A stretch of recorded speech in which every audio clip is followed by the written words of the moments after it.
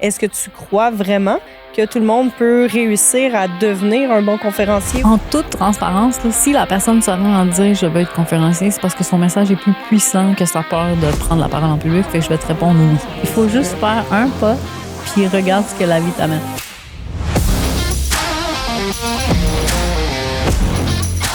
Aujourd'hui, je reçois Cathy Tropiano, fondatrice du Salon de l'éveil, auteure et coach et plein d'autres rôles exceptionnels. Mais tout d'abord, une femme que je trouve très inspirante.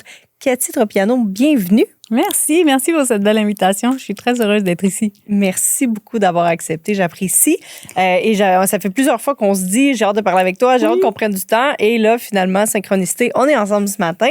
Alors, Cathy, pour les gens qui ne te connaissent pas, qui es-tu, que fais-tu?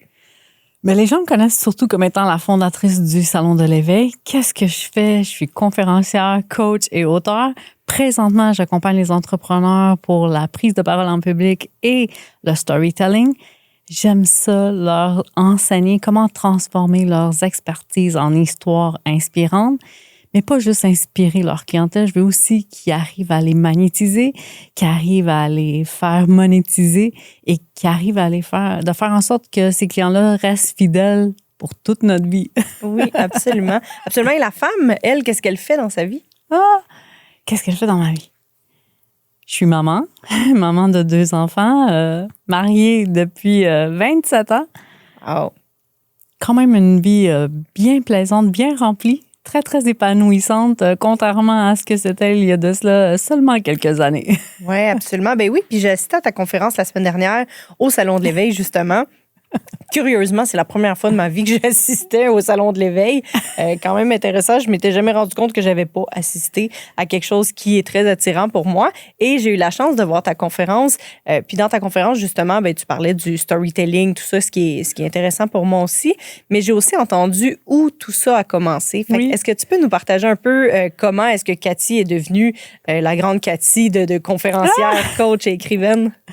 En fait, de exactement où c'est parti ou de comment j'ai l'idée de créer le Salon de l'éveil? Comme tu le feels. En fait, moi, je réussissais dans la vie. J'avais tout coché les cases qu'on m'avait dit qu'il fallait cocher pour pouvoir réussir.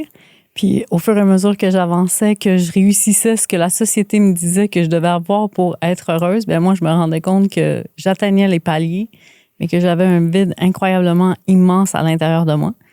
Je travaillais en comptabilité, 40 heures semaine. Puis, à chaque année qui passait, j'attendais la fin de semaine, j'attendais les vacances, j'attendais quelque chose qui allait changer. Puis, je me disais, un jour, je vais avoir l'argent, un jour, je vais avoir le temps, un jour, je vais rencontrer les bonnes personnes. Mais il n'y avait rien qui changeait. Tu sais, on dirait que je regardais passer la parade.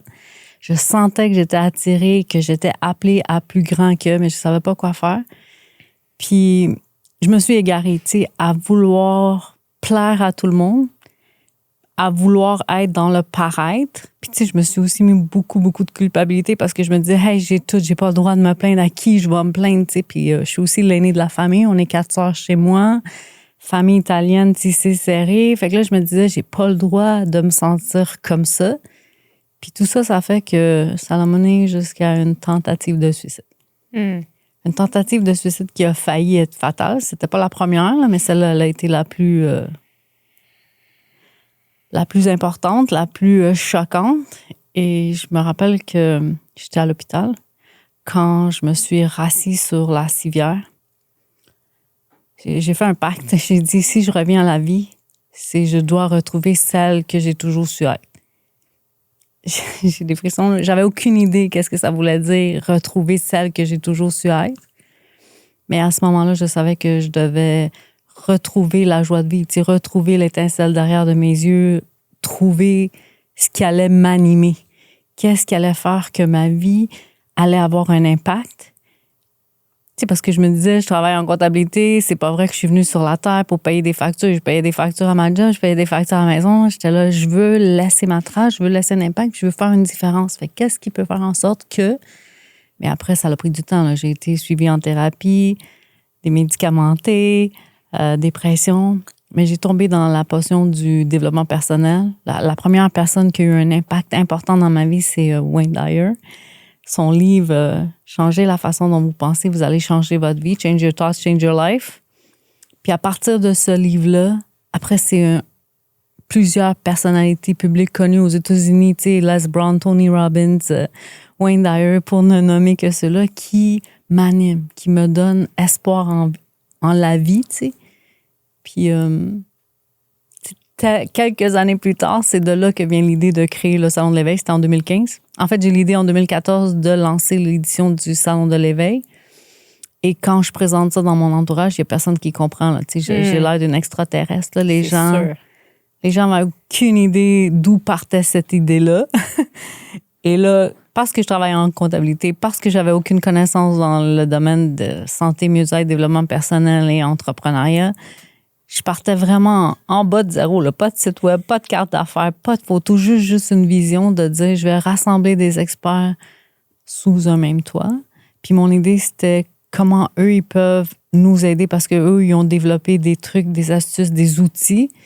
Puis quand nous, on vit des désarrois, on a l'impression qu'on est seul au monde. Absolument. Mais avec ces personnes-là, c'est eux qui ont des trucs, des astuces qu'ils peuvent nous partager. Puis je me disais, je veux des conférences inspirantes. Je veux que les gens puissent venir échanger. Puis après, on peut faire la connexion humaine puis aller dans leur bureau puis leur parler de ce qui va pas. Fait que, tu sais, j'ai créé l'endroit où moi, j'aurais voulu me promener quelques années auparavant quand moi, j'étais en désarroi. Absolument. Puis c'est en quelle année que ça a commencé, la tentative de suicide et tout ça? Ça, c'est tout le temps une question très, très délicate, tu sais, parce qu'on dirait que mon cerveau veut que ce soit blurred parce que mes enfants étaient nés. Fait que je veux pas qu'ils pensent à quel âge. Puis même quand j'ai dû l'écrire dans mon livre, quand même, c'était jamais très... mais je pense que j'avais autour de 33 ans. Okay. Mais à chaque fois que je me force pour penser quand c'est arrivé, on dirait parce que mes enfants étaient vivantes, puis je me disais, je veux pas qu'ils pensent que c'est à cause de elles. Tu sais, elles ont pas eu un impact, négatif sur ma vie. C'était moi qui avais accumulé que de la lourdeur, que de la noirceur. Tu sais, j'arrivais pas à m'en sortir. Tu sais. Puis dans le paraître, ça paraissait pas. Les gens qui me côtoyaient, là, il y avait aucune personne qui savait que ça allait mal comme ça. Oui. Puis justement, vu que tu avais coché tout, que tu avais des enfants, c'est censé être parfait. Tu sais, fait la famille, le mari. Ben oui, hein? Oui. Absolument. Et puis ça doit être dur de vivre ça. Tu sais, je veux dire, j'imagine que quand quelqu'un a une grosse épreuve et pense au suicide, il y a comme un « Ah, je comprends ce que tu vis ». Mais là, il y a un « Je comprends pas ce qui se passe avec toi », j'imagine. Mais tu sais, mon conjoint, il avait aucune idée que c'était tellement grave. Là. Quand je suis revenue de l'hôpital, lui, il travaillait de soir. Fait que lui, il l'a même pas su. Puis ça a pris du temps avant que moi, je lui dise. Tu sais, puis il était dans ma maison. Il voyait que ça allait pas bien, mais il savait pas jusqu'à quel point ça allait pas bien. Parce que, comme je dis si bien, j'étais rendue experte dans le paraître. J'avais appris à juste être en façade. Wow, ça devait être tellement vide d'apprendre à être juste en façade. Là. Maintenant, est-ce que tu connais de s'empuissancer, de prendre soin de soi, de se remplir? Ça doit être fou, la différence de l'intérieur de toi, tu sais. Maintenant, je connais les notions, tu sais, oui. Mais je pense qu'avant, je savais même pas que ça existait. Là. C'est ça que je dis. J'ai tombé dans le développement personnel et je me suis abreuvée à ça comme si c'était la source de la vie. Là. Puis tu as dit, j'ai créé le Salon de l'Éveil parce que moi, j'aurais aimé ça, avoir accès à ça. Oui. Au moment où est-ce que tu allais mal, si quelqu'un t'avait emmené au Salon de l'Éveil, est-ce que tu crois que ça aurait pu créer un éveil ou ça allait tellement mal que même ça aurait pas... Ben sincèrement, je crois que ça m'aurait... Juste de voir que d'autres personnes vivent la même chose que moi. Là. Moi, j'avais l'impression que c'était juste moi qui vivais ça. Là. Fait que juste de voir des personnes qui vivent la même chose que moi. Puis aussi, tu sais, moi, au Salon de l'Éveil, je fais venir des personnalités publiques connues que quand on regarde leurs histoires à la télévision ou leurs histoires dans les magazines, tout est beau, tout est reluisant. Mais quand on regarde un peu, puis qu'ils viennent au Salon de l'Éveil, puis qu'ils nous racontent les embûches, les fois où ils sont tombés, les fois où ça a mal été, c'est de savoir que à eux aussi, ça leur arrive. Tu sais, peut-être j'étais naïve, peut-être je pensais que tout le monde n'avait pas de problème. Tu sais, comme on regarde les Instagram aujourd'hui de tout le monde, toute la vie est belle de tout le monde. Là. Ah, ça doit être tough pour les ados. Là. C'est tough pour les adultes. Fait que j'imagine même pas quand tu cherches ton identité puis tu essaies de découvrir qui est-ce que t'es, que tout ce que tu vois, c'est du parfait. Puis toi, t'es comme, ah, moi, c'est pas ça que je vis. C'est ce que je me dis. Puis tu sais, on vient de passer des années qui ont été vraiment rock and roll, là, des roller coasters d'émotions. Puis ça paraît même pas. Fait que je me dis, on est plusieurs à jouer la carte de tout va bien. Oui. Mais combien sommes-nous en train de... Je dis pas qu'on souffre jusqu'au point de s'enlever la vie, là, Mais il y a des moments que c'est difficile, puis de juste retrouver une personne qui vit la même chose que nous, puis pouvoir échanger, ou même juste aller écouter une conférence, tu sais, qui va nous dire une phrase, quelque chose qui va impacter, puis qu'on va dire, hey, si je voyais les choses différemment, moi, change your thoughts, change your life, là, c'était une phrase qui était anodine. Oui. Mais je savais que si j'arrivais à changer la façon dont je pensais, j'allais réussir à changer ma vie. Encore là, tu sais, je dis ça, puis c'est tout beau, puis c'est tout cute, mais à ce moment-là, j'avais aucune idée jusqu'à quel point. Oui, jusqu'à quel point, puis il y a du travail à faire aussi. Oui, ça s'est pas fait tout seul. Non, puis d'ailleurs, au Salon de l'Éveil, j'ai vu la conférence de Rick Hughes, que j'avais jamais vue avant. Et il a dit quelque chose qui est vraiment intéressant parce que moi, je baigne dans le développement personnel depuis vraiment très longtemps. Fait que toutes les Tony Robbins de ce monde, je connais leur contenu par cœur et je pourrais l'enseigner. Mais Rick Hughes a dit, j'ai tellement vécu de stress que maintenant, j'arrive à tous mes rendez-vous 30 minutes d'avance pour prendre le temps de respirer, me connecter. J'étais comme une grosse partie de mon stress, c'est moi qui le crée en arrivant tout le temps dernière minute au grand désespoir de ma partner. Et la semaine passée, je suis arrivée en avance de 10 à 15 minutes à presque tous mes rendez-vous. Puis j'étais comme, mais voyons, je me sens donc bien, tu sais, parce qu'avant, je voulais tout le temps rentabiliser mon temps. Fait que bref, j'arrive d'avance presque tout le temps depuis presque une semaine. Merci, Rick Hughes. On te salue. Merci. Absolument. Puis j'étais comme, t'as raison, une grosse partie de mon stress, c'est moi qui le crée à être dernière minute puis à remplir mon agenda tout le temps, tu sais. Fait que, les histoires qu'on se raconte, les choses que nous, on porte attention, les autres s'en aperçoivent même pas. Puis nous, on est tellement... Mais moi, je sais que j'étais cruelle avec moi-même, j'étais méchante avec moi-même, tu sais, je me dis... Si ma meilleure amie me parlerait de même, ça fait longtemps que ça serait plus ma meilleure amie. Mais tu sais, de nous à nous, je pense qu'on en laisse passer. Oui, absolument, absolument. Puis là, bon, toute cette histoire-là, t'as passé au travers, tu t'as pris plein de développement personnel. Qu'est-ce qui t'a amené à devenir conférencière, coach, à écrire des livres? Parce que je veux dire, t'aurais pu juste te sauver toi et trouver un autre emploi si la comptabilité, c'est pas ça nécessairement. Mais c'est un gros step quand même. Qu'est-ce qui t'a amené vers ça? Bien, comme je te dis, j'avais vraiment l'envie de faire une différence dans le monde. J'avais aucune idée que ça allait prendre cette ampleur-là. Tu sais, moi, je dis tout le temps, j'ai travaillé avec mes mains, mais ça a été soulevé par plus grand que moi. Tu sais, il y a une force qui a opéré en arrière-plan, là. Je prendrai jamais le crédit de tout ce qui s'est passé. Ouais. Mais tu sais, j'avais envie de monter sur la scène puis partager mon histoire. Mais tu sais, j'avais encore là le syndrome de l'imposteur solide, là. Je pense qu'il y a personne qui l'a eu autant que moi. Tu sais, je travaillais en comptabilité avec 2 personnes pendant 22 ans de ma vie. Fait que, tu sais, les conversations avec 2 personnes, c'est différent quand tu arrives à avoir un environnement social où tu dois rencontrer des personnes que tu connais pas. Puis là, j'en rencontrais pas 1, 2. Le premier salon, là, je devais avoir 100 exposants. Puis c'était tous des gens santé, mieux-être, développement personnel, mais j'avais pas ça dans mon entourage, là. Fait que je donnais des rendez-vous à des Tim Hortons, à des Starbucks pour rencontrer ces personnes-là, pour leur parler de mon projet. Tu sais, Internet n'était pas tellement avancé, puis moi, je n'étais pas zéro habile avec ça. La technologie, encore, c'était des pas de géants pour moi. Puis je me rappelle, quand je parlais avec ces personnes-là, il y en a beaucoup qui venaient juste d'être fraudés. Il y avait une dame qui avait pris les dépôts, puis qui s'était enfuie avec l'argent. Fait que moi, j'avais doublement à travailler plus fort pour les convaincre de dire « Hey, faites-moi confiance, ça va arriver, le projet va avoir lieu. » Fait que c'est ça. Ça a pris 2 ans.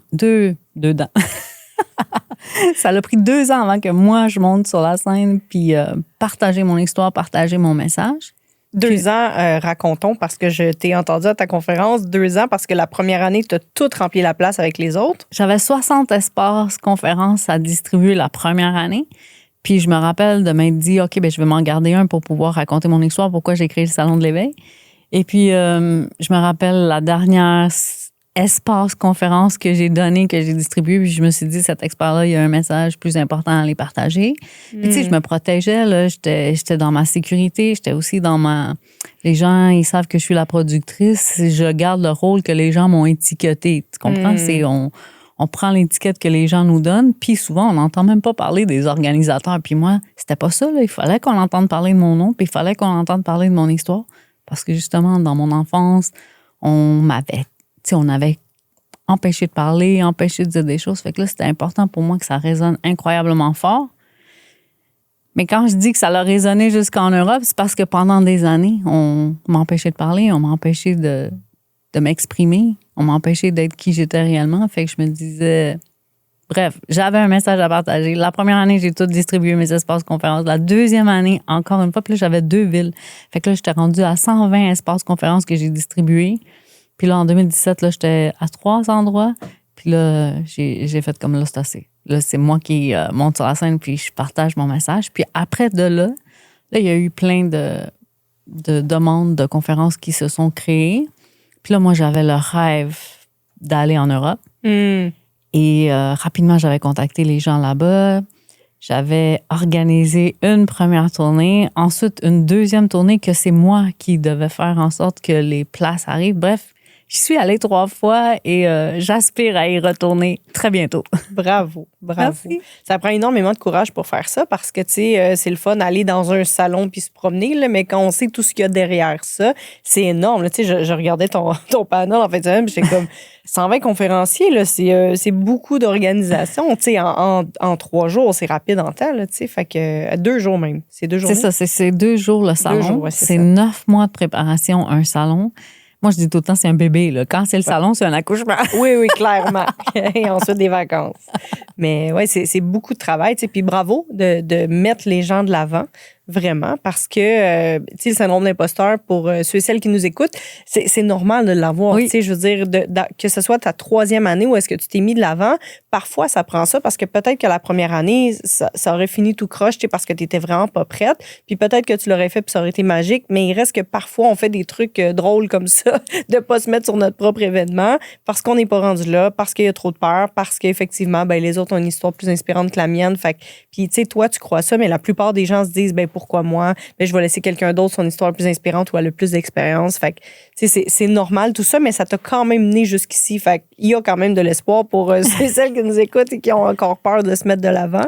Mais je veux dire que le syndrome de l'imposteur, c'est quelque chose que même ceux qui ont de l'expérience puis qui sont reconnus, qui l'ont encore. Absolument, ça c'est pas parce qu'ils n'ont pas des formations, c'est pas parce qu'ils n'ont pas des expertises. Il y en a qui ont des trophées puis qui ont encore le syndrome de l'imposteur. Donc, ben oui. Jennifer Lopez encore dans son sur Netflix, en fait, elle a dit ben moi j'ai jamais gagné de Oscar, je pense, c'est ça le trophée Oscar. Je l'ai pas regardé. Fait que elle dit j'en ai jamais gagné, fait que je doute encore de moi. Parce que, ben, j'ai fait plein de choses, mais pas ça. Ça, j'ai jamais eu d'Oscar pour ça. Fait que, ou Grammy Award, ou j'écoute pas la télé, là, fait que je sais pas c'est quoi, mais ça. Fait que c'est fou quand même quand on apprend à connaître les gens, puis justement, c'est la chance que t'as. Ben, je pense pas que t'es assis tout le temps dans tes salles de conférence au Salon de l'Éveil, mais c'est la chance qu'on a quand on écoute des gens, puis c'est un peu à ça que ça sert les conférences, de faire comme, je suis pas toute seule à vivre ça. Il y a pas juste moi qui a passé à travers ça. Il y a pas juste moi qui se sent comme ça aussi. C'est bon pour l'âme de savoir qu'on n'est pas seul, mais c'est aussi bon pour savoir, ben écoute, si la personne s'est accrochée à ça, peut-être que moi aussi, parce que grâce à ton histoire, il y en a clairement qui se sont dit, je suis dans les mêmes souliers que Cathy à ce moment-là, et peut-être que moi aussi, je peux transformer ma vie puis aller vers quelque chose de plus grand que moi puis me laisser soulever. C'est exactement ça. Puis, tu sais, c'est important pour moi aussi de mettre sur scène des personnes qui sont moins connues. Tu sais, je mets les personnalités publiques. Oui. Mais je me rappelle de moi quand j'avais 27 amis Facebook. Oui. Puis je me dis, il y a quelqu'un qui a 27 amis Facebook qui a une histoire à partager. Fait que c'est pour ça que j'offre l'opportunité aux exposants de venir raconter leur histoire, à mes étudiants, ceux qui suivent la formation Standing Ovation, puis qui obtiennent la certification. Eux ont une place sur scène aussi pour venir raconter leur histoire. Bref, je crois sincèrement que, tu sais, la voisine qui n'est pas connue, qu'elle a eu un accident de voiture, elle a vécu quelque chose d'impactant. Puis si elle le partage, il y a quelqu'un qui va l'entendre pour qui ça va résonner. Absolument. Absolument. Puis parlant de Standing Ovation, qui est ta formation, qu'est-ce qui t'a donné envie de créer ça? Bien, pendant la COVID, tous les événements se sont arrêtés. Moi, les événements, c'est mon gagne-pain. Fait que du jour au lendemain, je perds tous mes repères encore une fois. Tu sais, on repart à zéro quand ça arrive. Et moi, j'allais aller en ligne. Tu sais, j'allais un jour aller en ligne, mais j'avais toute une vie pour faire ça. Là. J'étais pas pressée, là. J'avais regardé comment faire, mais c'était pas quelque chose qui était dans mon calendrier, c'était zéro là. Mais quand la pandémie arrive, là, je me dis, OK, c'est le temps de faire le virage en ligne. Au début, ce que j'ai proposé, c'est spirituel et prospère. Accompagner des femmes entrepreneurs qui sont spirituelles et qui ont de la difficulté à demander de l'argent pour ce qu'elles font. On en rencontre énormément. Et moi, j'y vais tellement avec la phrase de « si tu es spirituel et si tu es prospère, tu vas réussir à impacter plus de gens ». Tu sais, je vais à l'encontre de la prémisse qui dit « si tu es spirituel, tu dois de départir de tous tes biens ». Oui. Moi, je pense que si t'es pas bien, si tu n'arrives pas à payer ton loyer, si tu n'arrives pas à payer tes dépenses normales, ben, tu peux pas être à la hauteur, tu peux pas livrer un soin énergétique si tu n'es pas capable de payer ton loyer à la même au même niveau ou à la même qualité que si tu vas bien dans la vie. Absolument. C'est fou cette croyance-là quand même, qui est, ben si j'ai des dons, si je suis spirituelle, tout ça, ben donc je peux pas faire de l'argent. Puis c'est vraiment dans le domaine, c'est ça, là. Moi, j'ai déjà donné une formation pour une gang, justement, qui sont en spiritualité. Puis j'étais comme, OK, tu sais, moi, je fais dessiner l'arbre sur les croyances, puis c'est quoi tes racines, puis tout ça, pour avoir un nouveau résultat. Puis j'étais comme, mais ils sont toutes pris là-dedans sur, ben écoute, moi, j'aide les gens, fait que le don de soi, ben tu sais, je suis pas payée. Je suis comme, ben justement, Voilà. si t'es stressé, comment tu fais pour faire une canalisation, un soin énergétique, peu importe, quand tu es tracassé à l'intérieur de toi parce que tes propres besoins ne sont pas comblés. Puis, je parle pas d'être millionnaire, puis si c'est le cas, tant mieux. Là, Oprah est dans la spiritualité et multimillionnaire, puis tant mieux, là, je l'admire beaucoup pour ça. Puis elle a le droit, c'est magnifique parce que pour moi, plus d'argent égale pouvoir aider plus de gens. Moi aussi. Mais c'est fou. Oui, clairement, on va parler de tes livres après, mais comment ça que les gens ils ont associé ça? Je sais pas, moi, quand j'ai entendu ça, pour moi, ça va devenir mon cheval de bataille. Et pendant 2 ans, j'ai parlé de ça. Tu sais, mes 2 derniers livres, justement, Freak In, Freak Out, tout ce qui cache votre relation à l'argent. Puis que Dieu vous business. Très bon titre, je l'adore d'ailleurs. Merci. C'était les 2 livres où je voulais parler d'argent et de spiritualité. Puis peu importe vos croyances, il n'y a pas de religion là-dedans. C'est vraiment en lien avec l'exemple que je donne tout le temps, c'est Mère Teresa. Mère Teresa, qui est l'incarnation de la bonté, avait accès à énormément d'argent pour pouvoir faire le bien qu'elle a fait dans le monde. Plus on a accès à de l'argent, plus on peut impacter, aider les gens. Absolument. Donc, la première étape de mon programme en ligne, c'était avec les femmes entrepreneurs spirituelles et prospères. Puis ensuite, j'ai l'occasion de louer une salle pour faire des mini-conférences. Puis c'était encore l'espace, on devait être maximum 75 personnes dans cette salle-là. Et moi, je reviens à mon amour de l'événementiel. Donc, on ouvre cette salle-là avec un associé qui est JF La Tendresse. Je te salue. En plein COVID, alors que tout le monde fermait tout, nous, on a ouvert une salle. Wow. Et on a commencé à accueillir des étudiants avec la prise de parole en public et le storytelling. Et moi, parce qu'on m'a toujours dit, t'as beaucoup d'imagination, Cathy, t'aimes ça raconter des histoires, parce que j'écris beaucoup, ça leur a ravivé cette flamme-là, puis ça leur a ravivé aussi l'idée que ce que je fais avec le salon, c'est de permettre aux gens d'aller raconter leur histoire. Eux aussi peuvent impacter les gens. Donc, j'ai eu la piqûre encore plus solide, puis quand malheureusement, on a dû fermer la salle parce qu'après, les événements ont repris, puis à 75 personnes, c'était plus aussi rentable, donc on a laissé partir la salle.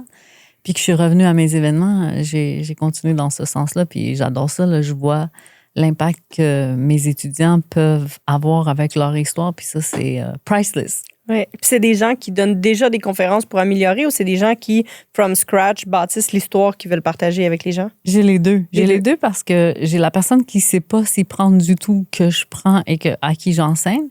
Mais j'ai des personnes qui sont des professeurs, tu sais, qui savent comment parler devant une audience, qui sont habitués de parler devant un public, mais ils savent qu'il leur manque quelque chose. Tu sais, ça prend un fine-tuning, ça prend un ajustement, ça prend quelque chose qui fait en sorte que une histoire inspirante, ça reste pas juste une histoire inspirante. Tu sais, il y a des histoires qui nous marquent. Comment on fait pour que l'histoire qu'on va partager, les gens vont s'en souvenir? Tu sais, dans ma conférence, justement, je faisais des allusions à des films, tu sais, le film de Jerry Maguire, la phrase « Show me the money », qu'est-ce qui a fait que tellement d'années plus tard, cette phrase-là, elle a résonné. Puis il y a même des gens qui n'ont jamais vu le film puis qui savent que c'est ça la phrase de ce film-là. Ça. Nous, en tant que conférenciers, qu'est-ce qu'on peut dire? Qu'est-ce qu'on peut faire? Qu'est-ce qu'on peut fine-tuner pour marquer l'univers de nos audiences? Très intéressant. Puis justement, ça t'a emmené à écrire des livres. Ça a commencé où, le premier livre? L'écriture, ça a commencé très, très jeune. En fait, moi, je dis, quand j'étais jeune, j'avais des capacités intuitives avancées. Puis quand je commençais à révéler des choses qui étaient prémonitoires, parce que c'est arrivé très tôt dans ma vie que je commence à révéler des choses, bien, les adultes disaient « Ah, Cathy, elle a beaucoup d'imagination, puis Cathy, elle aime ça raconter des histoires. » Puis là, je me suis très rapidement rendu compte que ça devenait ma protection. C'est si je le passais avec une histoire, puis que j'inventais des personnages, là, j'avais le droit de dire tout ce que j'avais vu en prémonition qui allait se produire. Wow! Et donc, écrire, ça a tout le temps été ma porte de secours, mon endroit où je vais me réfugier. Fait que ça doit être une stratégie qui fait, parce qu'il y en a qui ont des dons très jeunes, puis qui se font tellement étouffer que ça s'éteint un peu. J'imagine que ça se rallume, je sais pas, là, mais ça s'éteint un peu. Toi, c'est ta capacité de l'avoir alimenté quand même d'une façon différente? Oui, exactement. Tu sais, ça a été ma manière à moi de le garder en arrière-plan. Puis, tu sais, c'était correct. Cathy, elle écrivait des histoires. Oui. Mais c'était drôle que les histoires qu'elle racontait, il y avait une partie qui s'avérait réalisable. Ouais. Est-ce que les gens s'en rendaient compte? Ben, c'est arrivé, mais tu sais, comme je te dis, avec les histoires, ça passait mieux. OK. Ça passait beaucoup mieux. Ben, je vais te raconter rapidement. La première fois où je me rends compte que j'ai des dons, capacité intuitive avancée, j'étais avec ma meilleure amie. Elle s'appelle Karina. Puis moi, je peux pas croire que Karina, c'est ma meilleure amie. Là. Je la trouve magnifique. Elle a les cheveux longs, noirs, jusqu'en bas des fesses. Elle est espagnole. Elle est full charismatique. Tu sais, je peux pas croire que c'est ma meilleure amie. Je suis en train de jouer au ballon avec elle. Puis pendant que je lui lance le ballon, j'ai le message de lui dire « J'espère qu'on va rester amis comme ça quand ton papa va laisser ta maman. » Mais moi, j'ai aucune idée pourquoi je dis ça. Là. On est dans la cour en arrière, là, on a 7-8 ans. Là. J'ai aucune idée d'où je sors avec ça. Puis là, je me rappelle que le ballon tombe à terre. Mais tu sais, c'est un ballon qui fait pas de bruit, mais il a fait un fracassement incroyable quand il a touché à terre. Puis elle m'a regardé, puis elle m'a dit « Pourquoi tu dis ça? » Puis là, je savais pas pourquoi elle a dit ça. Puis là, elle est venue les yeux pleins d'eau. Puis là, elle est partie en courant. Puis là, moi, je venais de me rendre compte que je perds ma meilleure amie. Puis là, je m'en veux. Puis je sais pas pourquoi j'ai dit ça. Puis là, je me dis, demain, ça va être correct. Puis là, demain, c'est pas correct. Karina, elle arrête de me parler. Puis là, ça prend des mois avant que Karina revienne. Puis quand Karina revient, elle m'a dit, comment t'as su? Puis j'ai jamais su lui répondre. J'ai pas su comment... Moi, je n'étais jamais allée chez elle. J'avais même pas rencontré ses parents. J'avais juste dit ça parce que c'était comme un pressentiment très fort. Puis ça avait aucun rapport que je le dise en jouant au ballon. J'ai juste dû le dire. Puis tu sais, ça, c'est la première fois où je me rends compte que, hey, moi, j'ai accès à de l'information, mais si je la partage, je fais mal aux gens et je me fais mal. Fait que très, très rapidement, un shutdown. C'est sûr. Puis après, tu sais, il y a d'autres épisodes qui arrivent, puis que, encore maladroitement, je dis des choses. Puis là, c'est là que les adultes disent « Cathy, elle a beaucoup d'imagination, puis Cathy, elle aime se raconter des histoires. » Puis là, ça devient « OK, ben c'est ma protection, je vais raconter des histoires. » Fait que, tu sais, il y en a une couple qui sont arrivées. Quand même, quand même. Je serais curieuse de toutes les entendre, mais ce sera pour un prochain dîner ensemble. Et là, ça t'a emmené à écrire des livres, donc ça va être quand même un processus plutôt facile pour toi d'écrire un livre ou non? Mais tu vois, écrire un livre, j'en avais rêvé. Tu sais, pendant toute ma vie, je me disais, je vais écrire un livre, je vais écrire un livre. Puis quand je lance la première édition du salon, là, je me dis, OK, it's now. Tu sais, là, je me dis, là, c'est à moi de le faire. Puis je me rappelle d'être allée cogner à des maisons d'édition. Et puis, on m'ignore, là. Tu sais, c'était qui? On te connaît pas, là. T'as organisé un salon. Bravo. Ouais, voilà. C'était vraiment comme... On n'a pas fait attention à ce que j'ai demandé. Mais tu sais, moi, j'ai vraiment visualisé. Je savais que j'allais l'écrire. Puis un jour, je m'en vais au Salon du livre. Et je suis en ligne avec mon conjoint. Puis j'attends pour avoir l'autographe de Jérémy Demé. Puis pendant que j'attends, il y a un kiosque qui est vide. Fait que je dis à mon conjoint, je dis, hey, prends-toi une photo de moi en arrière du kiosque. T'sais. Fait que lui, moi, j'ai mon magazine dans mes mains de la première édition du Salon de l'Éveil. Je suis en arrière du kiosque et il prend la photo. Puis moi, quand j'arrive à la maison le soir, j'écris « Il me fera plaisir de vous dédicacer mon livre ». Puis en dessous, j'ai écrit « C'est une technique qu'on apprend en programmation neurolinguistique, faire comme si ». Mais tu sais, les gens, ils n'ont jamais lu la programmation neurolinguistique. Ils ont juste lu « Il me fera plaisir de vous dédicacer mon livre ». Et là, les commentaires ont commencé à rentrer de « Cathy, je ne savais pas que tu as écrit un livre. Cathy, où est-ce qu'on peut acheter ton livre? Cathy, est-ce que tu vas être là demain pour qu'on puisse signer des autographes? » Puis là, ce soir-là, j'avais 3 maisons d'édition qui m'écrivaient pour me dire... Ouais, parce que j'ai eu 127 messages sous cette publication-là. Puis là, tu sais, c'est quand moi, j'ai été cognée à des portes, les portes étaient fermées. Mais quand les gens ont montré de l'intérêt, là, j'avais des maisons d'édition qui voulaient que j'écrive mon livre. Puis tout ça pour dire que les 25 000 mots ont descendu comme si ça faisait une éternité que j'étais prête à les écrire. Yeah. Mais tu sais, il fallait arriver à 44 000 mots. Puis je me rappelle que c'était un travail ardu. Tu sais, j'aime ça écrire, j'aime ça partager des histoires, je suis bonne à le faire. Mais je pense qu'on n'imagine pas tout le travail qu'il y a derrière l'écriture d'un livre. Là, aujourd'hui, on a ChatGPT, ça doit être un peu plus facile, mais le premier pour moi a été En même temps, ChatGPT va te dire qu'est-ce qui existe déjà. Il va pas chercher plus grand que lui. Là. En tout cas, pas ma connaissance. Là, il n'y a pas ces dons-là. Je pense que ça va paraître. Tu sais, quelqu'un qui va écrire un livre juste avec ChatGPT, ça va paraître. Oui, absolument. Absolument. Puis je suis curieuse, qu'est-ce qui est arrivé à 25 000 mots? Si tu me le décris, mettons, il s'est passé quoi? Est-ce que... Mais tu sais, je pense que la partie que je voulais raconter, je l'avais racontée. Puis là, je devais switcher en coaching. Puis là, peut-être le syndrome de l'imposteur embarqué, tu sais. Parce que quand je suis à l'aise, ça coule. Mais quand on se pose des questions, puis qui va lire ça, puis quel est le conseil, puis on veut être bien, puis on veut bien paraître aussi, qu'est-ce qu'on veut dire, comment on veut le dire. Fait que je pense que c'est ça qui avait ralenti.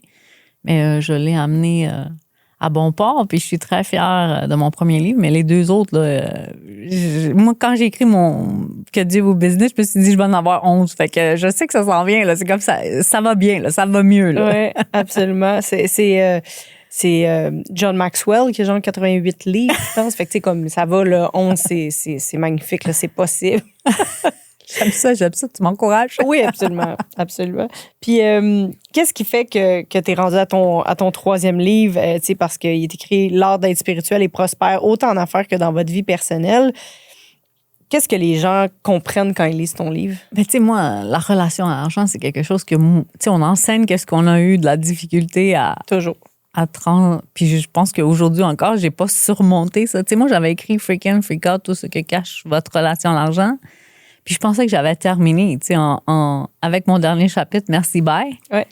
Mais quand je suis arrivée avec Que Dieu vos business, j'en avais encore à dire, tu sais, j'en avais encore à partager. Donc, c'est vraiment tous ceux qui veulent travailler leur relation à l'argent, de juste voir qu'on peut changer, qu'on peut évoluer, qu'on peut, tu sais, nos croyances limitantes, puis les perspectives. Tu sais, des fois, c'est juste de prendre un pas de recul, puis de reculer de l'arbre, puis de voir la forêt, là. Oui, absolument. C'est un principe de base, mais tellement important tout le temps. Tu sais, des fois, je me fais demander, est-ce que tu te coaches toi-même? Tu sais, vu que tu connais toutes les techniques, je suis comme, ben là, je suis pas Dieu encore. Là, tu sais, je veux dire, moi aussi, j'ai l'arbre en pleine face, Voilà. puis des fois, je perds complètement la forêt, puis je veux dire, un coach me pose une question que j'aurais pu me poser, mais j'avais pas accès à ces outils-là au moment où je les vis parce que je suis dans ma propre soupe qui va mal de plein d'affaires. Fait que je me demande justement qu'est-ce que cachait, pour prendre le mot cash, qu'est-ce que cachait ta relation avec l'argent? Je sais pas, je pense que pendant longtemps, j'ai eu peur d'en manquer. Pendant longtemps, tu sais, moi, je suis italienne, puis quand j'étais jeune, quelqu'un qui avait de l'argent, c'est parce qu'il était dans la mafia. C'était l'association, tu sais. Ah, t'es italienne, fait que t'es dans la mafia si t'as de l'argent. Puis moi, les valeurs que mes parents allaient m'inculquer étaient tellement loin de ceux de la mafia. Fait que j'étais comme, si t'as de l'argent, c'est parce que t'as fait le mal. Tu sais, très jeune, j'ai compris des affaires que ça n'a aucun sens aujourd'hui. Ouais. Mais bref, je le raconte en détail dans mon livre, là, mais tu sais, il a fallu que je défais des croyances limitantes. Il a fallu... tu sais, il y a ma grand-mère qui a habité dans ma maison, qui nous a élevés une bonne partie de notre vie. Puis elle disait, c'est pas grave si tu finis pas tes études, tu vas te marier. Puis c'est le gars qui va arriver à subvenir à tes besoins. Puis moi, j'étais enragée de ça. Tu pouvais pas me dire cette phrase-là. C'était comme, non, c'est moi qui va s'occuper de mes choses. C'est pas un gars de qui je vais dépendre. C'était juste un clash de génération. Là. Elle disait avec tout l'amour et toute la bienveillance. Mais moi, c'était... Non, je vais vous montrer que je suis indépendante. Oui, oui. Puis est-ce que ça t'a nuit, ça, de vouloir être une femme indépendante? Ben, tu sais, j'ai eu la chance de rencontrer mon conjoint, tu sais, qui m'a laissé prendre ma place, tu sais, qui m'a suivi dans tout ce que j'ai fait. Tu sais, je dis tout le temps, la Cathy de 20 ans, c'est pas la Cathy de 30 ans, puis c'est pas la Cathy de 40 ans. Puis là, je suis arrivée à 50, fait que, tu sais, j'ai changé beaucoup. Tu sais, lui, il est resté quand même assez le même. Mais moi, j'ai changé énormément. Là. Tu sais, on peut voir 4 Cathy dans l'évolution de l'espace-temps. Mais lui, il m'a tout le temps laissé comme assez de lassitude, assez d'espace, puis il m'a tout le temps appuyé, supporté dans ce que je voulais faire. C'est sûr qu'il y a des fois qu'il a recadré, tu sais. Il m'a dit, est-ce que tu es certaine que tu veux ça? Est-ce que c'est vraiment ça que tu veux? Puis c'est juste des fois de se comprendre, de se parler, puis ça va bien. Oui, absolument. Puis qu'est-ce que ça t'a permis d'avoir un homme à tes côtés pendant toutes tes transformations? Parce que je veux dire, la phase cocon-papillon, tu l'as passé, chenille, cocon-papillon, tu l'as passé intensément. Oui. Mais en fait, je dis tout le temps, c'est lui mon pilier. Je pense que je suis la femme que je suis à cause qu'il a été là puis qu'il a été solide. Tu sais, un peu I am because you love me. Tu sais, c'est la chanson de Céline Dion. Tu sais, je pense que si lui, il aurait pas tenu le bateau quand c'était les tempêtes, ben, j'aurais pas pu devenir celle que je suis aujourd'hui. Là. Tu sais, je savais que je pouvais m'appuyer sur lui. C'est beau. Présentement, il est en train de combattre un cancer. On a eu 2 ans où ça a été up and down. Mais tu sais, quand ton pilier le plus solide est ébranlé, ça aussi, ça l'a fait remettre en question qu'est-ce qui est important dans notre vie, qu'est-ce qui est important, quelles sont les choses qui nous tracassaient, pourquoi on s'en fait. Puis aujourd'hui, ben on essaie d'enlever tout ce qui prend de l'énergie puis qui nous en apporte pas. Oui, absolument. Voilà. Absolument. C'est souvent ce que les enjeux de la vie nous apportent, d'aller recadrer sur qu'est-ce qui est vraiment important pour nous dans notre temps, l'argent, les valeurs et tout ça. Absolument. La famille, les enfants. J'ai une fille de 22 ans, j'ai une fille de 17, je vais faire 18 très bientôt. Fait que la famille, c'est très important pour moi. Tellement. Puis dans tes livres, dans tes enseignements, c'est quoi le plus gros enjeu que tu vois chez les gens? Tu sais, la prise de parole en public, bon, on le sait, c'est une des peurs, importantes, mais c'est quoi le plus gros enjeu personnel à travers la prise de parole en public ou l'envie de se mettre de l'avant, parler de leur histoire et tout ça? Bien, il y a souvent la peur de parler en public qui est là, qui est vraiment qu'est-ce que les gens vont dire, qu'est-ce que les gens vont percevoir de moi. Après, ben je pense que quand les gens me disent, ben Cathy, mon histoire n'est pas intéressante, cette phrase-là, c'est tout le monde a une histoire intéressante. C'est juste de comment l'apporter. Qu'est-ce qu'on peut aller retirer? Qu'est-ce qu'on peut aller tweaker pour que ton histoire puisse devenir inspirante à la hauteur que toi, tu aspires? Parce que les gens ont toutes une histoire inspirante. Il faut juste savoir la livrer. Il faut juste trouver qu'est-ce qu'on veut livrer comme message. Est-ce que tout le monde peut livrer une histoire... peut réussir parce que, tu sais, des histoires inspirantes, oui. Mais des fois, j'entends des gens dire moi, je vais devenir conférencier. Puis je suis comme oui, ça va prendre un peu de formation quand même. Oui. Fait que est-ce que tu crois vraiment que tout le monde peut réussir à devenir un bon conférencier ou livrer une histoire du moins inspirante? En toute transparence, là, si la personne se rend à dire je veux être conférencier, c'est parce que son message est plus puissant que sa peur de prendre la parole en public. Fait que je vais te répondre oui. Okay. C'est pas tout le monde qui peut raconter une histoire inspirante, mais si la personne a dit « je veux être conférencier », moi, ça, c'est mon indicateur que cette personne-là a une histoire à livrer. Parce que ce rêve-là n'est pas déposé aléatoirement. Non. Je crois que la personne qui a le rêve de devenir conférencier, c'est parce qu'elle a quelque chose à partager. Okay. Et le reste, c'est de la technique, on le travaille. On le travaille, là. C'est comme un show d'humour, là. Il y a 1, 2, 3 punch. On le travaille, puis tu réussis à être drôle, même si tu n'as jamais été drôle de ta vie parce que tu as la technique, tu sais. C'est sûr que ça prend une... Mais comme je dis, la base, c'est que les gens qui s'inscrivent à Standing Ovation ont le désir de devenir conférencier. Il y en a qui sont déjà conférenciers, puis qui veulent juste améliorer, faire en sorte que une conférence, ça ne soit pas un pitch de vente. Qu'une conférence, ça soit que tu as magnétisé tes clients, puis que tes clients viennent vers toi sans que toi, tu leur dises, allez sur mon site web, voici ma page de vente. C'est qu'eux qui viennent vers toi puis qui disent, voici ma carte de crédit, comment je peux faire une transaction avec toi, peu importe c'est quoi. Oui, absolument. Voilà. Absolument. Puis dans le magnétisme, comment est-ce qu'on fait pour créer ça? Bien, il y a beaucoup de comment on se présente. Tu sais, moi, je dis tout le temps, hein, quand on demande à quelqu'un d'aller préparer une conférence, tout le monde se rue vers le contenu. Je vais aller faire des recherches, je vais aller chercher des statistiques, je vais aller chercher de l'information. Puis de nos jours, l'information, elle est accessible. Oui. Fait que je vais juste te demander combien de pourcentage tu penses que le contenu compte quand on livre une conférence? 10-15% peut-être? C'est exactement 10 %. Ah oui. Fait que alors que c'est la première chose qu'on travaille, ça ne compte que pour 10 %. Tu as 30 % qui est la tonalité, l'intonation de quand on raconte quelque chose. Si moi, je te dis « Oh my God », puis si je te dis « Oh my God », tu sais, l'intonation est différente. J'ai dit les mêmes mots, mais ça veut dire 2 choses complètement différentes. Clairement. Puis ça, c'est 30 %. Puis le 60 %, c'est ta présence. Tu sais, comment tu te tiens sur la scène. Est-ce que tu fais le long... Je dis tout le temps la marche du pingouin. Tu sais, il y en a qui marchent les deux mains de chaque côté, puis qui se font aller tout le long, puis puis que tu as de la difficulté à les suivre. Bref, c'est comment tu te présentes sur la scène, comment tu bouges sur la scène. Tu sais, il y en a qui parlent du futur, mais qu'en parlant du futur, ils reculent. Fait que c'est des choses qu'on fait anodinement, qu'on fait avec... que c'est pas conscient, mais notre audience, elle le capte. Ben oui, absolument. Absolument. Donc, c'est tout du fine-tuning. Oh, quand même. Moi, à ma première conférence, je suis chanceuse. J'avais déjà un gym à ce moment-là. J'enseignais le Zumba, fait que je connaissais beaucoup de monde dans ma ville. Fait qu'il y avait comme 120 personnes, je pense, à ma première conférence que j'ai été obligée de donner par mon coach. Sinon, il a dit, j'arrête de te coacher si tu fais pas le pas de ta première conférence. Fait que bon, 2016, je crois, j'ai donné ma première conférence. Puis je me rappelle mon père qui me regardait, qui était comme, bois de l'eau. J'ai sorti un monologue là, de même en bougeant sur la scène de toute beauté. Mais j'avais un mentor dans la salle pour m'aider à prendre des notes sur quoi faire de mieux. La vérité, c'est que c'est jamais parfait. Là. Même ceux qui sont habitués d'en donner, ils oublient quelque chose, ils oublient un partage. C'est jamais parfait. Mais si tu y vas avec l'intention de ton message, avec quoi je veux qu'il reparte. Exact. Tu sais, moi, cette information-là, j'aurais dû l'avoir longtemps d'avance parce que moi, j'apprenais. Là. Moi, je voulais que ce soit parfait. Moi, je voulais que ce soit livré au meilleur de.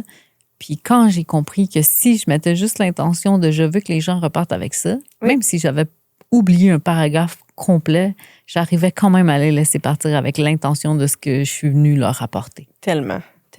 Puis j'imagine que d'avoir passé par le sentiment de vide, puis pas être bien dans ta vie, tout ça, avoir surmonté tout ça, plus le syndrome de l'imposteur, plus toutes les croyances limitantes sur l'argent, tout ça, j'imagine que tout ce bagage-là fait en sorte que ce soit la formation Standing Ovation ou peut-être du coaching privé ou les conférences, j'imagine que tu as un gros bagage pour comprendre qu'est-ce que l'autre vit.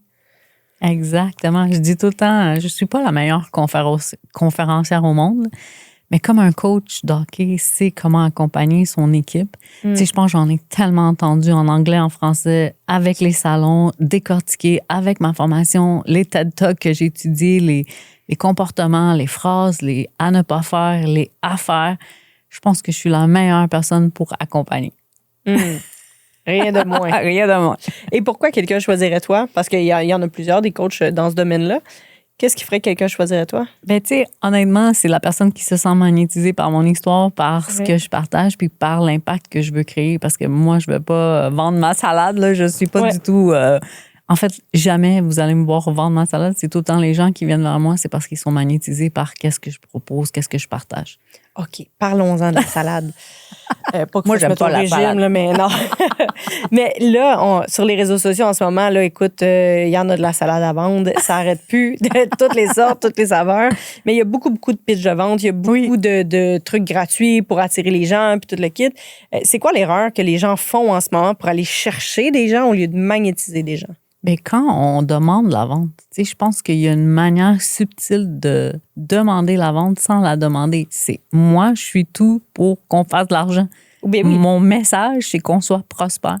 Mais si la personne, ça devient un publi-reportage, c'est pas intéressant. J'avais des gens qui venaient au Salon de l'Éveil qui allaient parler de leurs produits en conférence, puis moi, c'est interdit. Tu viens pas faire un publi-reportage sur ce que tu as à vendre à ton kiosque. Ça, c'est l'exemple classique que je peux te donner. Tellement. C'est viens me raconter l'histoire qui fait qu'aujourd'hui, tu vends ces produits-là et qui fait en sorte que les gens vont être magnétisés par ce que tu partages. Puis les gens achètent jamais un produit ou un service. Les gens, ils achètent tout le temps la personne. C'est penser à n'importe qui ou n'importe quoi que vous avez acheté.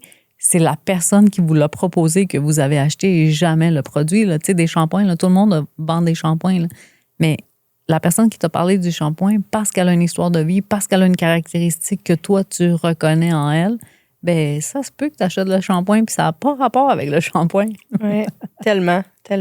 Écoute, donne-moi un cue sur des coachs conférencières comme moi, comme plein d'autres que je coach qui pour vrai, font de leur mieux pour magnétiser, pour prendre soin, que c'est pas de la grosse vente à froid, là, poche, à faire des publi-reportages non plus, mais que c'est quand même tough de magnétiser des gens en ce moment, en 2024, vu tous les coachs en ligne et tout ça. C'est quoi le truc au-dessus de juste pas vendre direct, mais c'est quoi le truc? Tu dois probablement parler dans tes livres que je viens de recevoir, que j'ai très hâte de lire, mais quand même, sur attirer les gens, qu'est-ce qu'on change dans l'énergie, comment on se sent, qu'est-ce qu'on est... qui on est censé être. Premièrement, est-ce que tu partages ton histoire? Ça a un grand impact. Est-ce que tu partages ton histoire sans que ce soit un public reportage? Est-ce que tu parles de ce qui t'arrive? Est-ce que tu parles de pourquoi tu en es où est-ce que tu en es aujourd'hui? Ça, c'est déjà une des bases importantes. Ouais. Après ça, est-ce que tu show up vulnérable? Est-ce que tu show up authentique? Tu sais, moi, je pense que quand j'ai commencé à raconter la vraie histoire, j'ai été beaucoup plus magnétisante que quand j'ai voulu juste dire je suis l'organisatrice du salon d'éveil à acheter des kiosques. Tu sais, quand les gens ont compris d'où est partie l'idée du salon d'éveil, ben, c'est parce que j'ai raconté mon histoire, c'est parce que j'ai su être fragile, parce que ça m'est arrivé de pleurer devant la caméra. Là, je dis pas que ceux qui pleurent devant la caméra, c'est comme ça que vous magnétisez votre audience. C'est pas du tout ça. Moi, je trouve que la ligne, elle est très, très mince. Quand on dit ce qu'elle raconte, on a de l'empathie. Puis ce qu'elle raconte, on a de la pitié. Oui. Ça, c'est différent. Tu l'as dit dans ta conférence d'ailleurs, puis je me suis dit merci de le nommer. Parce qu'effectivement, tu disais justement, il faut être prête avant de parler. Oui. On a parlé de la tentative de suicide, mais souvent, mais non, je ne vais pas dire souvent, mais parfois, j'ai vu des gens dire publiquement quelque chose de très jardin secret et de le sortir juste pour aller chercher des likes, pour aller chercher des inscriptions. Puis je suis pas sûre que tu étais prêt à dire ça devant tout le monde parce que, je veux dire, il y a des gens qu'on connaît depuis 30, 40 ans qui sont autour de nous, qui sont peut-être, eux, pas prêts à ce qu'on partage cette histoire-là à propos de nos parents et tout le kit. Fait que, tu sais, moi, il y a des choses que quand j'avais 8 ans, ben ils ont impacté ma vie. Mais est-ce que moi, mes parents sont prêts à entendre ça maintenant publiquement? J'en parle dans mes groupes privés, mais tu sais, il y a une protection quand même à faire entre choisir mon jardin secret et vouloir avoir des likes ou vendre des formations, tu sais. Je suis parfaitement d'accord avec toi. Puis merci, pardon. Merci de l'avoir nommé, c'est tellement important parce qu'il y a quelque chose dans... J'ai même pas d'émotion, je me suis étouffée. C'est vrai en plus. Non, mais je me suis dit, je vis des émotions en ce moment, mais non. Alors, merci de le nommer que les gens... Tu sais, il faut être prêt à nommer une histoire, puis il faut que ça soit la bonne intention avant d'en parler aussi. Il faut avoir fait la paix avec l'histoire. Oui. Quand on n'a pas fait la paix avec l'histoire, l'audience, elle le capte. Puis combien de fois j'ai vu des audiences mal à l'aise. T'sais. Puis si tu veux pas que ton audience, elle ait le goût de venir te faire un câlin, tu veux que ton audience, elle se dise, OK, elle a passé à travers des moments difficiles, mais maintenant, elle a survécu, elle a surpassé cette étape-là. Tellement. C'est cute que ton audience veuille te faire un câlin, mais s'ils sont là à te donner des trucs, c'est parce que tu n'as pas partagé la bonne chose. Exact, tellement. Merci. Puis c'est important d'en parler, vraiment. Merci. Mais je pense que c'est ça. Si tu partages ton histoire, si tu es authentique, si tu es vrai, je pense que c'est ce qui va faire en sorte que tu magnétises tes clients. Puis après, ben, tu sais, il y a aussi les témoignages des autres personnes que tu as accompagnées, les autres personnes qui voient l'impact que tu as eu dans leur vie, qui, eux, en parlent. Ça, je pense que c'est... On peut pas mesurer. Moi, ma phrase fétiche, c'est « chacun de nos gestes résonne dans l'univers ». C'est la phrase que j'utilise partout dans mes livres, sur mon site web, partout, parce que moi, je peux pas mesurer le bien ou ce que je fais avec un livre, avec un podcast, avec mon salon. Mais quand ça résonne puis que ça revient, ben là, je me dis, OK, il y a quelque chose qui est là, qui est impactant puis que les gens sentent qu'ils sont magnétisés. Clairement. Puis après toutes ces années-là, le salon de l'éveil, les livres, tu sais, je veux dire, t'en as vu d'autres, t'as acquis beaucoup d'expérience là-dedans. Qu'est-ce qui résonne encore à l'intérieur de toi qui te donne envie d'aller encore plus loin?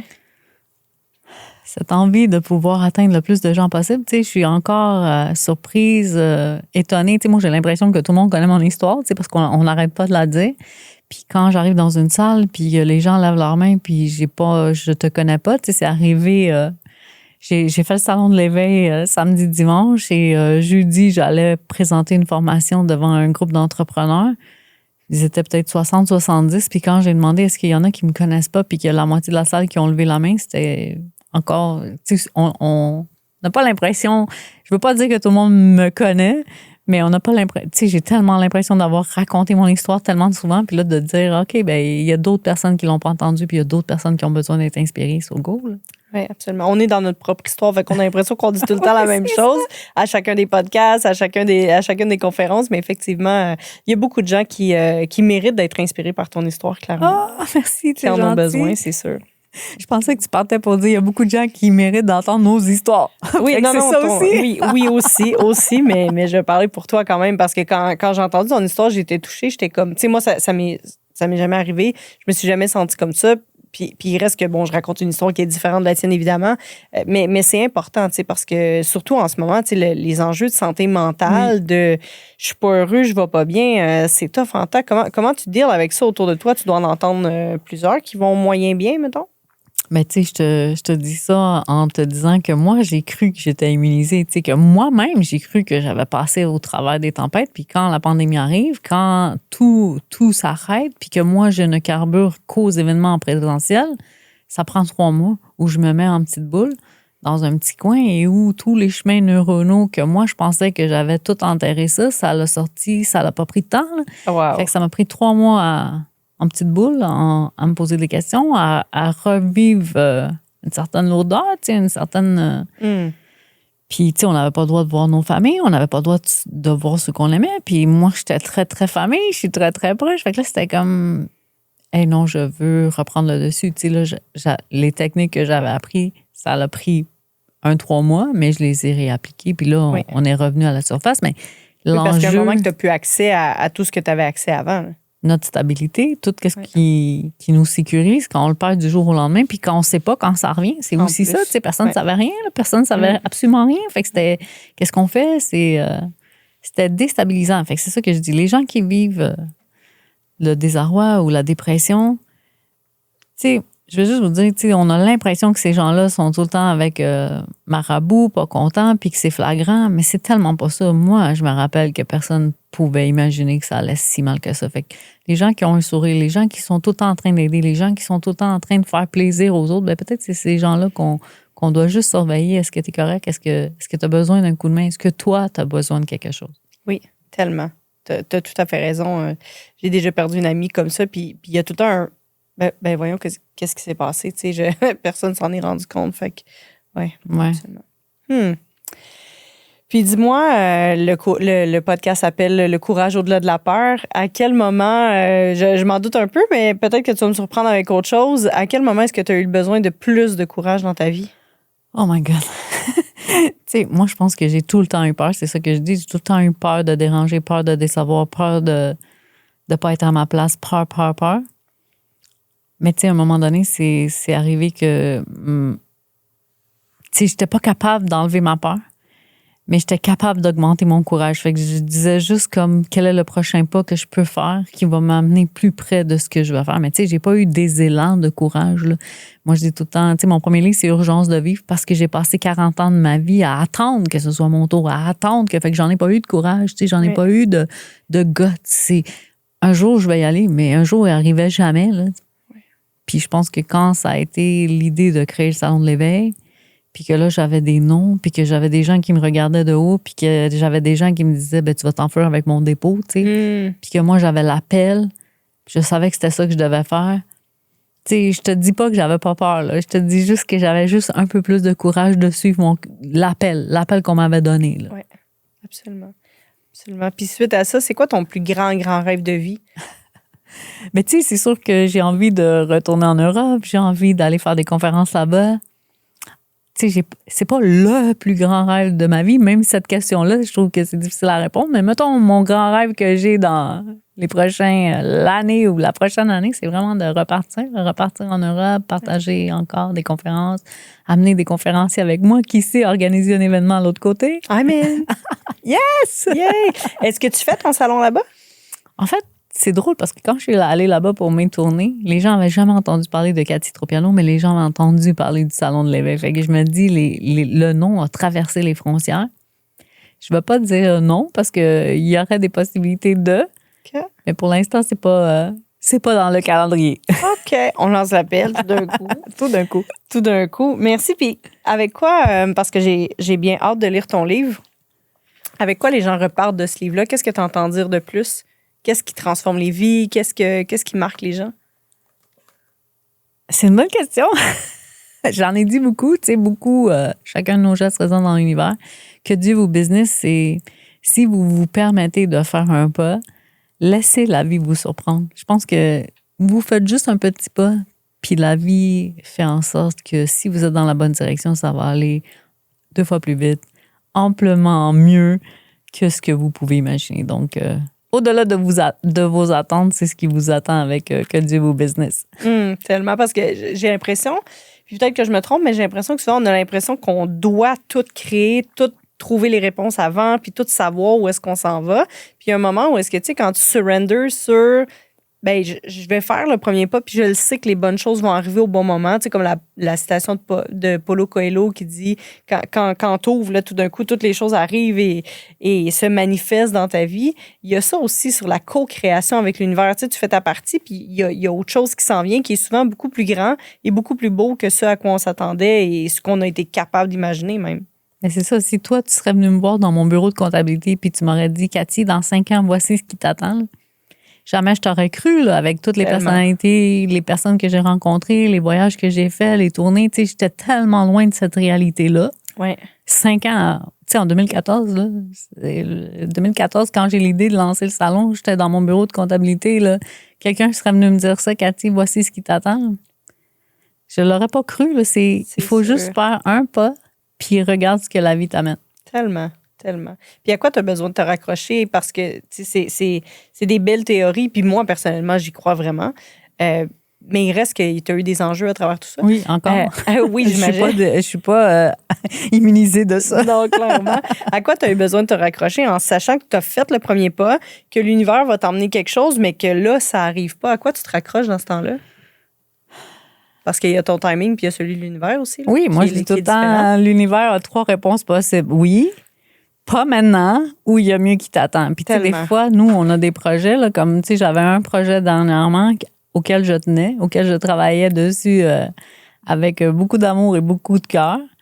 Puis, il est arrivé quelque chose. Puis, tu sais, quand on a des projets, tu sais, même si on est spirituel, même si on y croit, même si on travaille fort sur tous ces aspects-là, quand ça arrive pas, on est déçu. Tu sais, c'est ça qu'on voulait. C'est ça que je voulais.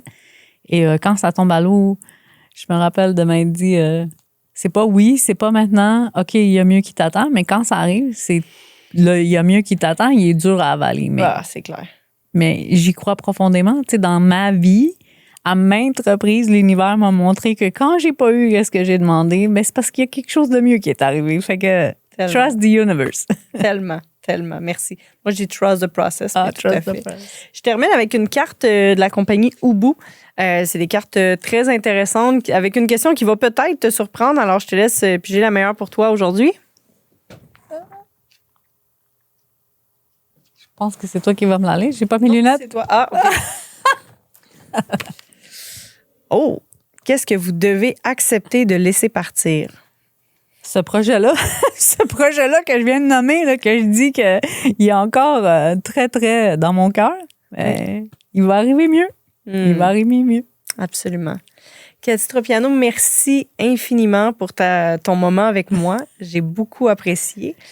Si les gens veulent te suivre, prochain Salon de l'éveil, tes livres, les conférences et formations, où est-ce qu'on te trouve? Ben, un immense merci à toi d'avoir pensé à m'inviter. Là. Ça faisait longtemps qu'on devait connecter, moi et toi, puis connecter avec ton audience. Ça me fait incroyablement plaisir.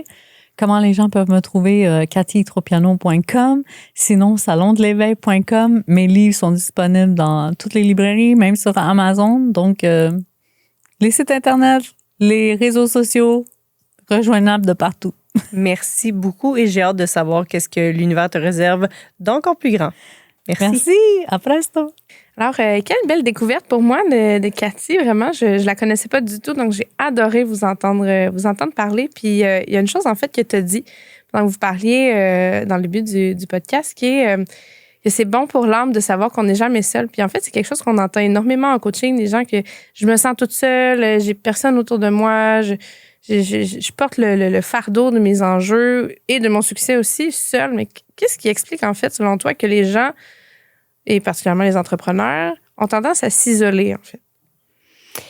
Ben écoute, moi, c'est rare que ça m'arrive de me sentir seule, probablement parce que j'ai appris depuis longtemps à bien m'entourer et parce que je suis vraiment bien toute seule aussi. Mais j'entends ça souvent, effectivement. Puis, d'après moi, c'est je suis différente, je suis une bébête à part. Puis il y a comme un moment, je crois, que les gens ils ont compris qu'ils étaient différents et que c'était pas correct. Parce que, tu sais, je répète souvent, tu sais, rentrer une étoile dans un carré, puis on est, tu perds toutes tes capacités magnétiques, magiques, le fun qui fait de toi qui tu es. Puis à un moment donné, on t'a rentré dans un carré, puis t'es comme, ah, ben c'est ça que je dois être. Puis quand tu finis par, tu sais, souvent les entrepreneurs ont travaillé dans un domaine, puis à un moment donné, ils finissent par lâcher ça pour se partir en affaires. Quand tu finis par prendre tes propres ailes, puis décider de ta vie, t'es comme, ah, je suis différente de tout le monde. Fait il y a peut-être quelque chose comme ça sur les gens comprendront pas qui est-ce que je suis, ils comprennent pas mes grands rêves. Puis aussi, j'ai des grands rêves, donc quand je vis des enjeux, c'est comme ah ben c'est ça. Tu sais, les gens sont full attirés par les victimes, ça va mal, pauvre de toi. Là, les gens vont aller aider. Mais quand tu as du succès, puis tout d'un coup tu tombes, c'est comme ah ben là. Ben c'est ça, tu joues à côté de la traque, fait que ben tu t'es blessé, c'est comme ça. Fait qu'il y a comme, j'imagine que c'est une croyance ou une peur de pas être accepté tel qu'on est. Fait que soit ils deviennent caméléons puis ils se font accepter comme ça, puis ils font à semblant que tout va bien puis ils se cachent un peu derrière une femme qui est capable de tout contrôler, de tout gérer, ça va bien. Mais je pense qu'ils ont juste jamais eu l'autorisation d'être différentes. Puis Cathy a aussi dit une phrase très intéressante que j'ai adorée. Puis j'aimerais ça en fait avoir ton feedback sur ce que ça veut dire pour toi quand elle a dit chaque geste en fait résonne dans l'univers. Qu'est-ce que ça veut dire pour toi? J'avais jamais entendu ça, puis ça fait plein de sais. sens. Je vais répéter. Cathy, sache-le, je vais répéter. Mais, et je vais te nommer. Mais oui, absolument, parce que, tu sais, j'explique souvent, plus tu donnes, plus tu reçois. Mais c'est pas plus je donne à Alex, plus Alex va me donner. C'est plus j'ai l'intention puis j'ai envie vraiment de faire une différence dans la vie de quelqu'un, ça revient quelque part à un moment donné, tu sais. Fait que je répète souvent qu'il faut se préparer pour une opportunité, même si l'opportunité n'est pas là. Se préparer, c'est pas juste, mettons dans mon cas, de devenir une bonne conférencière, de faire des cours pour avoir une meilleure diction. C'est pas juste préparer physiquement et techniquement, c'est aussi se préparer. À tous les jours, moi, je fais 3 compliments dans ma journée. Tous les jours. Puis, tu sais, quand on est en vacances, mettons, je fais un compliment à quelqu'un, mon chum est comme c'est le deuxième. Mais je fais pas ça parce qu'il faut que je fasse des compliments. Je fais ça parce que j'ai envie de faire des compliments, évidemment, mais parce que je prépare l'énergie de l'univers où est-ce que je mets des petits gestes, je sème des graines un peu partout. Je fais du mieux que je peux à toutes les secondes de ma vie. Puis, un jour, ça va revenir. Puis ça revient tout le temps. Je veux dire, ma vie est magnifique, là. Je veux dire, malgré tous les enjeux que je peux vivre et que tout le monde vit. Mais je veux dire, j'ai une très, très belle vie parce que je crois que plus je sème, plus ça revient. Physiquement, spirituellement, dans toutes les sphères de ma vie. Donc voilà, fait que tu sais, quand on prend le temps d'aider les gens, de prendre soin des gens, de s'amuser nous-mêmes, d'avoir vraiment des moments de joie, des moments d'émerveillement, tout ça, je pense que ça résonne puis ça revient toujours vraiment. Fait que c'est une phrase que j'adore, Ouais, vraiment. Totalement. Et qui fait aussi du bien pour l'âme. Absolument.